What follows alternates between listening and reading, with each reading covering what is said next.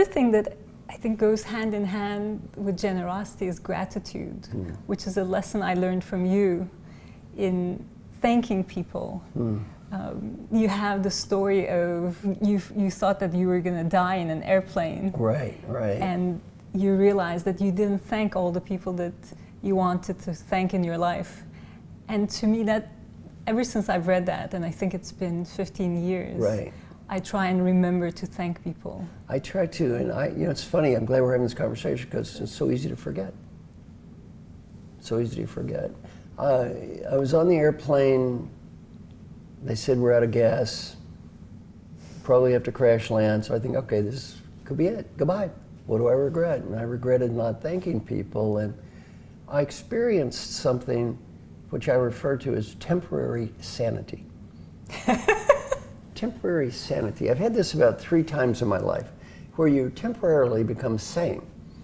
You go through this traumatic event, and like thinking I'm going to die, I thought, well, I should be thanking people. I become sane and grateful, and then I broke my neck when I was surfing. I didn't know I'd ever be able to walk again. I could walk. I was so grateful, and I thought if I can ever walk, I'll never complain about anything again. And the final times I went to Africa and watched lots of people starve to death when they had the Great Famine. And I thought, if I come home, I'm so blessed. Be thankful for all you have.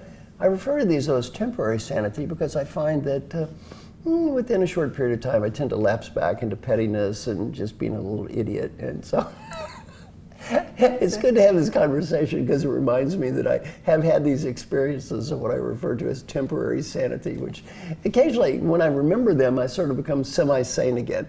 Semi-sane. Yeah, this is great. And you teach your sanity to other people. I attempt to. You attempt to. Yeah. And so it's interesting you say that, but that temporary sanity in this process is called reconstruction. Okay. And that's this moment of focus. So we've deconstructed life across 4 quadrants: emotion, physical, intellect, and spirit. Right. We've thought about it differently, and our heroes helped us understand what our values are, so that we can now reconstruct our life and put it back together. And the key there is you can't have everything. Right. You know that. Right. So I know that in my head, sort of. In my day-to-day behavior, I don't live it so well, but I theoretically know that. Yes. Right, yes. So part of designing your life is making choices. Design is very much built around constraints. And so the constraints are you only get 3 choices across those same quadrants of emotion, physical, intellect, and spirit.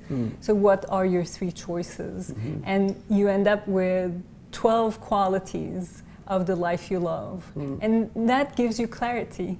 That temporary sanity through design is really understanding, well, I can't have everything. There's not time for everything, energy for everything. So what do I want to focus on? Yeah, that's wonderful. That's wonderful.